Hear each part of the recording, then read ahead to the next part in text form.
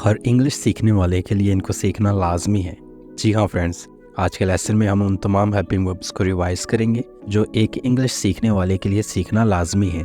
हर helping verbs को हम 3 sentences में इस्तेमाल करेंगे और साथ साथ ये भी सीखेंगे कि इनको कब और कहाँ इस्तेमाल करना है। तो इसी तरह बआसानी उर्दू से इंग्लिश सीखने के लिए हमारे चैनल ग्रामिश को कर लें सब्सक्राइब और साथ लगे बेल नोटिफिकेशन को भी ऑन कर दें ताकि हमारी वीडियो अपलोड होते ही सबसे पहले आपको मिल जाए। तो बिना टाइम वेस्ट किए आज के लेसन को कंटिन्यू करते हैं। सबसे पहला हेल्पिंग वर्ब है हमारे पास डू का इस्तेमाल हम प्रेजेंट में किसी काम के करने से मुतल्लिक जोर देने, ताकीद करने या सवाल करने के लिए करते हैं। सेंटेंसेस देख लेते हैं। जैसा कि मैं आप पर यकीन नहीं करता, I do not believe you. मैं आप पर यकीन नहीं करता, I do not believe you. यकीन करना की इंग्लिश होती है बिलीव। नेक्स्ट देखते हैं हमारे पास, क्या आपको मदद चाहिए, डू यू नीड हेल्प। क्या आपको मदद चाहिए, डू यू नीड हेल्प। इसी तरह मैं आपसे मुत्तफिक हूँ, I do agree with you. मैं आपसे मुत्तफिक हूँ, I do agree with you.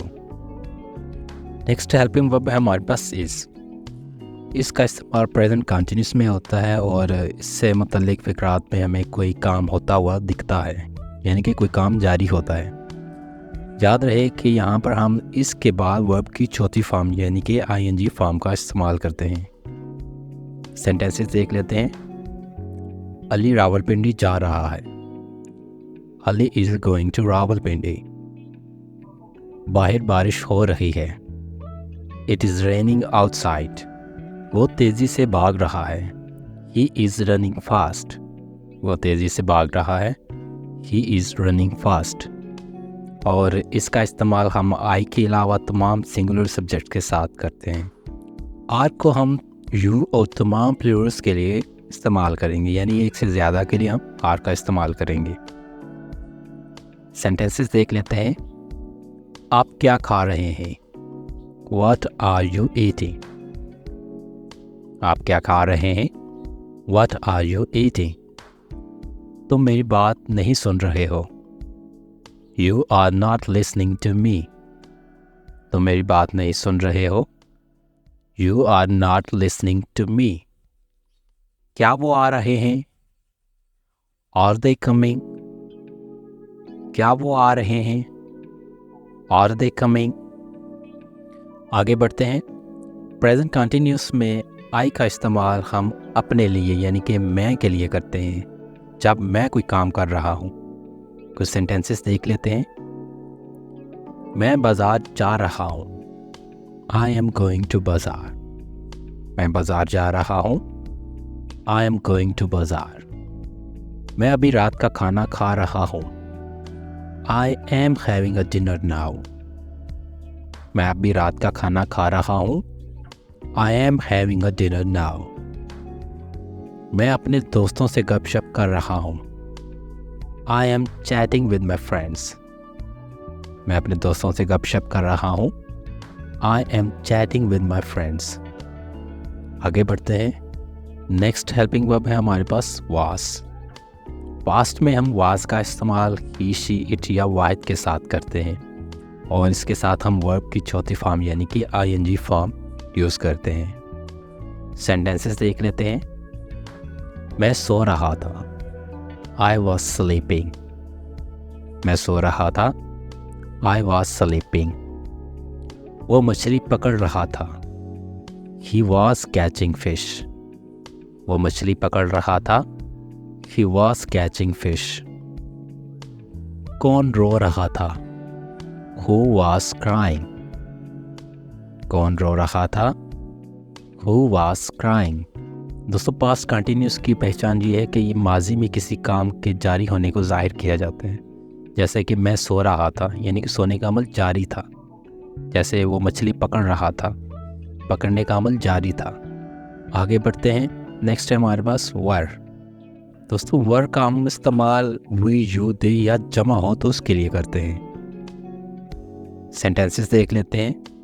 तुलबा पढ़ रहे थे, यानी कि एक से ज़्यादा हो गए हैं, तो इसके लिए हमने यहाँ पर वर का इस्तेमाल किया। The students was studying. तलबा पढ़ रहे थे। The students were studying. वो खा रहे थे, यानी कि वो एक से ज़्यादा हैं, तो इसके लिए हम यहाँ पे वर का इस्तेमाल करेंगे। They were eating. वो खा रहे थे। They were eating.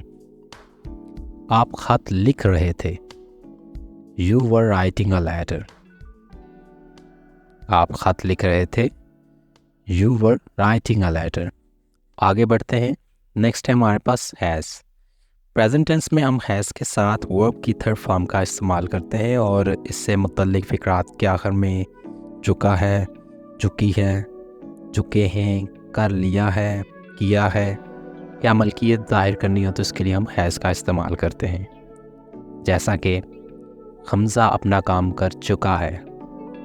Hamza has done his job. Hamza अपना काम कर चुका है। Hamza has done his job. उसने अपना इनाम हासिल कर लिया है। He has received his prize. उसने अपना इनाम हासिल कर लिया है। He has received his prize. उसके पास मोटरसाइकिल है। He has a bike. उसके पास मोटरसाइकिल है। He has a bike. अब देखते हैं कि हैज़ का इस्तेमाल हम किन के साथ कर सकते हैं। तो सिंपली हैज़ का इस्तेमाल हम तमाम थर्ड पर्सन सिंगुलर के साथ करते हैं। थर्ड पर्सन सिंगुलर में आ जाता है ही, शी, इट, कोई नेम वगैरह। ठीक है। नेक्स्ट है हमारे पास हैव और इसका इस्तेमाल हम तमाम प्लूरल और आई के साथ करते हैं। सेंटेंसेस देख लेते हैं। मेरे पास एक कार है। I have a car. मेरे पास एक कार है। I have a car. मैंने काम कर दिया है। I have done the job. मैंने काम कर दिया है। I have done the job. हमने इस पर इत्तफाक किया है। We have agreed on this. हमने इस पर इत्तफाक किया है। We have agreed on this. आगे बढ़ते हैं। नेक्स्ट है हमारे पास हैड। हैड को हम पास्ट में कोई काम मुकम्मल होने के लिए इस्तेमाल करते हैं। अगर हमने मलकियत का बताना हो जो पास्ट में थी तो उसके लिए भी हम हैड का इस्तेमाल करते हैं। सेंटेंसेस देख लेते हैं। वो इम्तहान पास कर चुका था। He had passed the exam. वो इम्तहान पास कर चुका था। He had passed the exam. मेरे पास एक कार थी। I had a car. मेरे पास एक कार थी। I had a car. कल हमारी मीटिंग थी। We had a meeting yesterday. कल हमारी मीटिंग थी। We had a meeting yesterday. ठीक है। आगे बढ़ते हैं। नेक्स्ट है हमारे पास डिड। डिड का इस्तेमाल हम पास्ट में किसी काम के करने से मुतालिक जोर देने या फिर ताकीद करने के लिए करते हैं। सेंटेंसेस देख लेते हैं। उसने क्या कहा। What did he say? उसने क्या कहा। What did he say? क्या मैंने आपको नाराज़ किया। Did I offend you? क्या मैंने आपको नाराज़ किया। Did I offend you? ये खाना किसने बनाया। Who did make this food? ये खाना किसने बनाया। Who did make this food? ठीक है। नेक्स्ट है हमारे पास will। दोस्तों will का इस्तेमाल हम फ्यूचर में करते हैं। जब हम फ्यूचर में कोई काम करने का इरादा रखते हैं तब हम will का इस्तेमाल करते हैं। इसके अलावा रिक्वेस्ट करने के लिए भी हम will का इस्तेमाल करते हैं। सेंटेंसेस देख लेते हैं। मैं आपको बाद में कॉल करूँगा। I will call you later. मैं आपको बाद में कॉल करूँगा। I will call you later. कल धूप निकलेगी। Tomorrow will be sunny. कल धूप निकलेगी। Tomorrow will be sunny. वो जल्द पहुंच जाएंगे। They will arrive soon. वो जल्द पहुंच जाएंगे। They will arrive soon. Next है हमारे पास would। दोस्तों would माजी है will का और इसका इस्तेमाल हम ख्वाहिश या मर्ज़ी के इज़हार के लिए, माजी में किसी अमल के बार बार होने के लिए और शाइस्ता अंदाज में दरख्वास्त करने के लिए करते हैं। कुछ सेंटेंसेस देख लेते हैं। मैं जाना चाहूँगा, I would like to go। मैं जाना चाहूँगा, I would like to go। मैं चाय लूँगा, I would take tea। मैं चाय लूँगा, I would take tea। क्या आप मेरी मदद करेंगे, Would you help me? क्या आप मेरी मदद करेंगे, Would you help me? ठीक है। नेक्स्ट है हमारे पास कैन। दोस्तों कैन का इस्तेमाल इम्कान ज़ाहिर करने, काबिलियत या सलाहियत को ज़ाहिर करने, इजाज़त देने या लेने के लिए किया जाता है। सेंटेंसेस देख लेते हैं।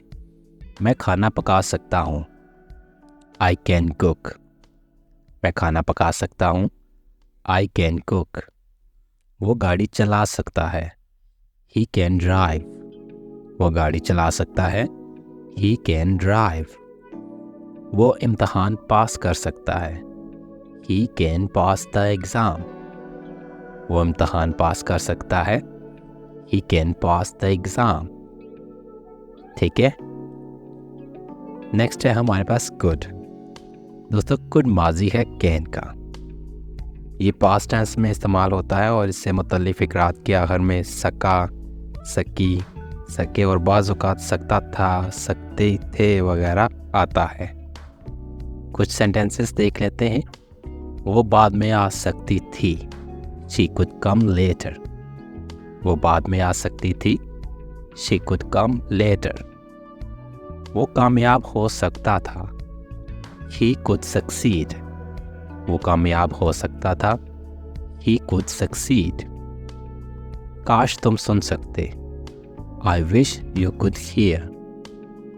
काश तुम सुन सकते, I wish you could hear।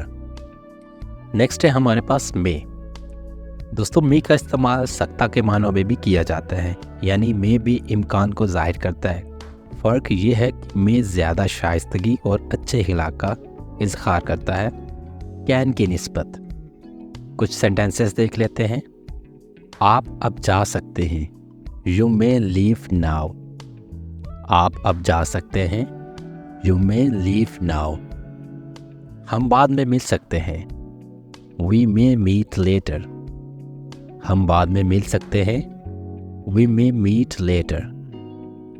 उसे मदद की ज़रूरत हो सकती है, ही मे नीड हेल्प। उसे मदद की ज़रूरत हो सकती है, ही मे नीड हेल्प। ठीक है। नेक्स्ट है हमारे पास माइट। दोस्तों माइट माजी है मे का।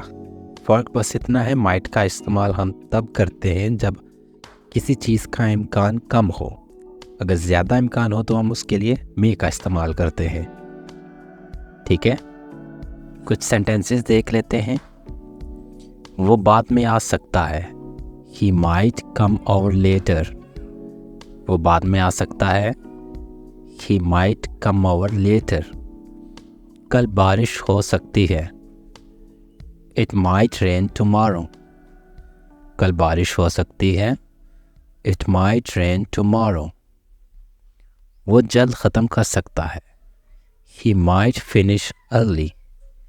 वो जल्द ख़त्म कर सकता है, He might finish early। ठीक है दोस्तों, ये था हमारा आज का लेसन। रिमेनिंग वर्ब्स को हम इंशाल्लाह नेक्स्ट लेसन में कवर करेंगे। अगर आपको वीडियो अच्छी लगी हो तो वीडियो को लाइक कर दें और अपने दोस्तों के साथ शेयर कर दें। Thank you.